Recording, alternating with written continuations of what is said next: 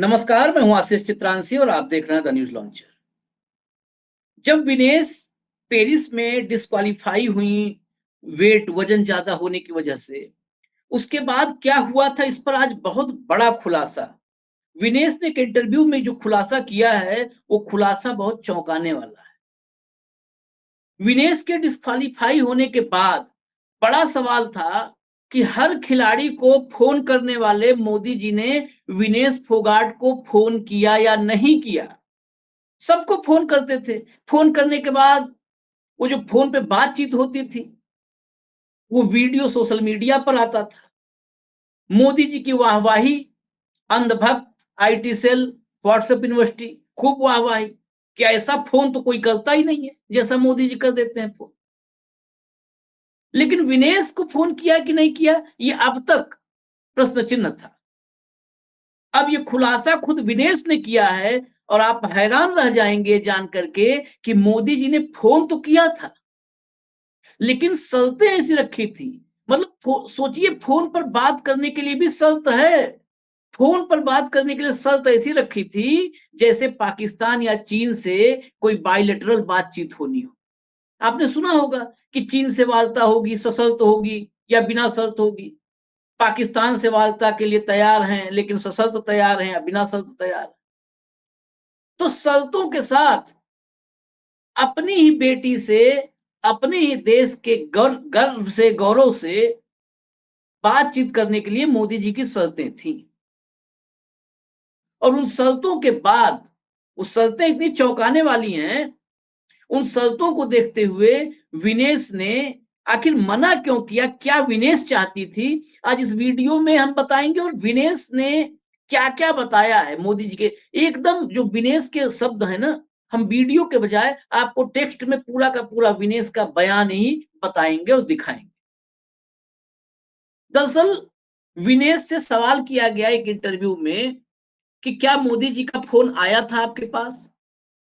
विनेश ने जो जवाब दिया, मैं सीधे विनेश का बयान आपको पहले पूरा दिखाता हूं, एक एक शब्द, फिर इस पर आगे एनालिसिस करेंगे। लेकिन पहले शब्दशः आप सुनिए और देखिए। विनेश ने कहा, आया था फोन, यानी प्रधानमंत्री नरेंद्र मोदी का फोन आया था, मैंने मना कर दिया। मेरे पास डायरेक्ट फोन नहीं आया था, लेकिन जो वहां पर अपने इंडिया के ऑफिशियल्स थे, उनके पास फोन आया था। उन्होंने बोला कि पीएम मोदी बात करना चाहते हैं। मैंने बोला ठीक है। उन्होंने मेरे सामने शर्त रखी कि आपका कोई आदमी साथ में नहीं रहेगा, हमारी टीम रहेगी, 2 लोग होंगे, एक वीडियो शूट करेगा और एक बात करवाएगा, और वीडियो सोशल मीडिया पर जाएगा। मैंने पूछा सोशल मीडिया पर जाएगा तो सॉरी, मैं अपने इमोशंस का, अपनी मेहनत का ऐसे सोशल मीडिया पर मजाक तो नहीं बनाऊंगी। अगर उनको सच में सहानुभूति है किसी खिलाड़ी के साथ में, तो बिना रिकॉर्डिंग बात कर सकते हैं। मैं बहुत धन्यवाद रहूंगी। शायद उनको यह पता है कि जिस दिन भी विनेश से बात हुई, तो विनेश वो 2 साल का हिसाब ज़रूर माँगेगी। वो 2 साल कौन-सा? जब धरना प्रदर्शन हुआ, पुलिस ने पीटा, जूतों के नीचे रगड़ा जंतर-मंतर पर, और ब्रजभूषण पर वो आरोप लगे, वो 2 साल का हिसाब माँगेंगी। इसलिए उन्होंने मना कर दिया कि आपका कोई फ़ोन नहीं रहेगा, हम ही रिकॉर्डिंग करेंगे। वो तो काट सकते हैं ना अपने लेवल पर। काट सकते हैं, माने एडिट कर सकते हैं, लेकिन मैं तो नहीं काटूंगी, मैं तो ओरिजिनल डालूंगी। जो बातचीत हुई, तो उन्होंने मना कर दिया कि ऐसा नहीं होगा।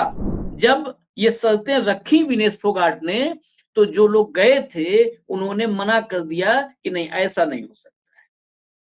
इससे पहले आपको पीटी ऊषा वाला याद होगा।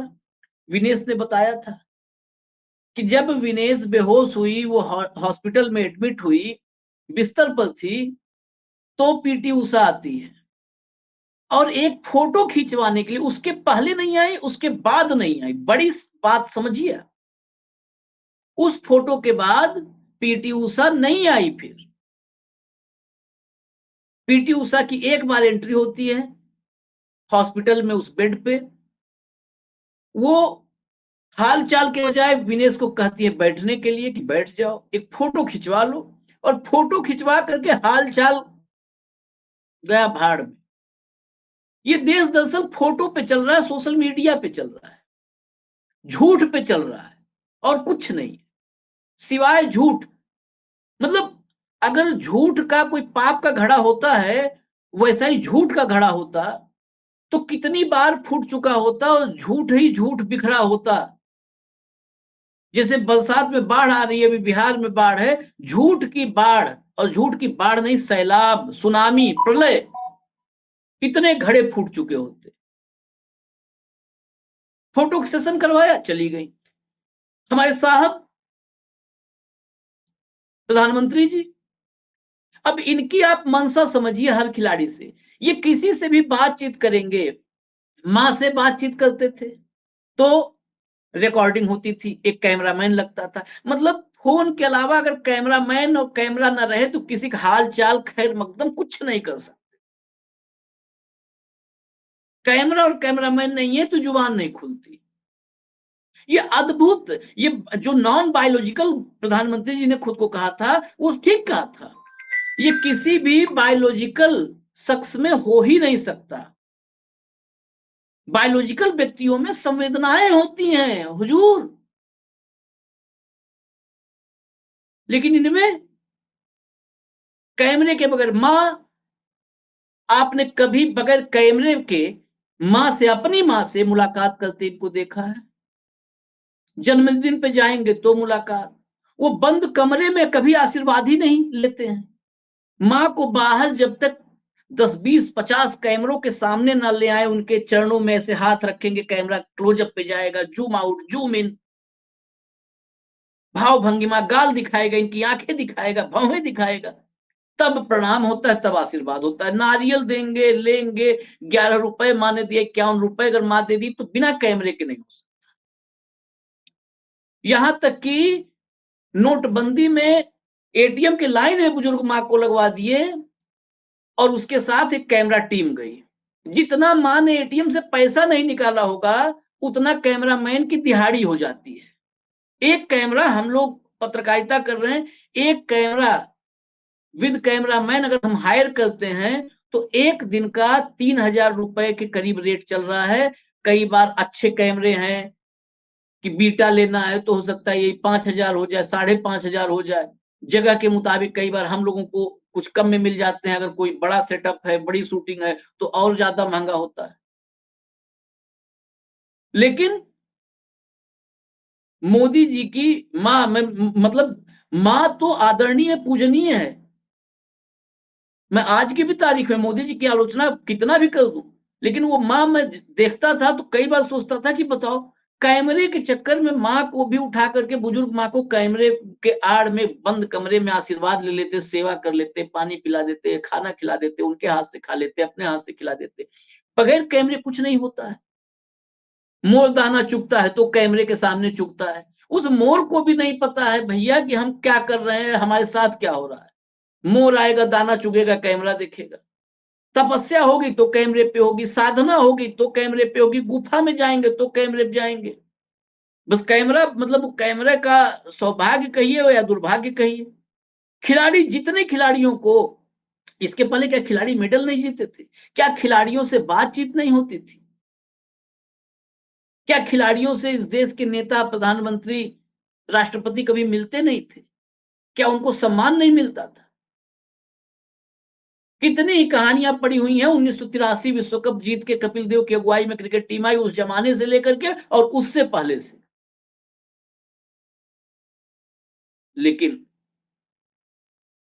सोशल मीडिया, सोशल मीडिया का दुष्चक्र और झूठी ख्याति का लोभ, इससे बाहर कैसे कोई आ सकता है?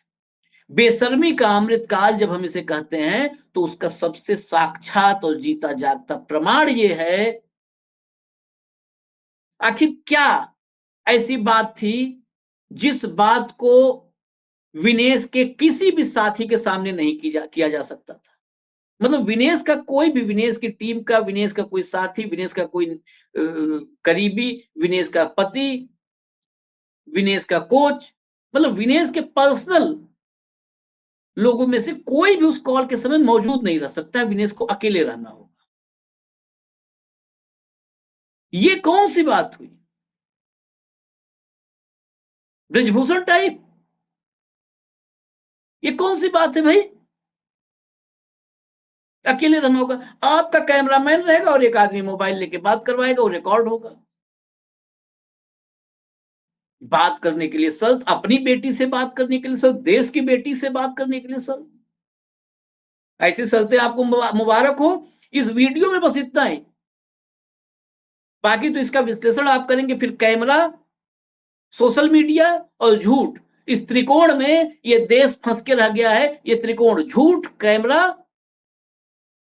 और सोशल मीडिया, ये त्रिकोण बरमूडा ट्रायंगल हो गया है।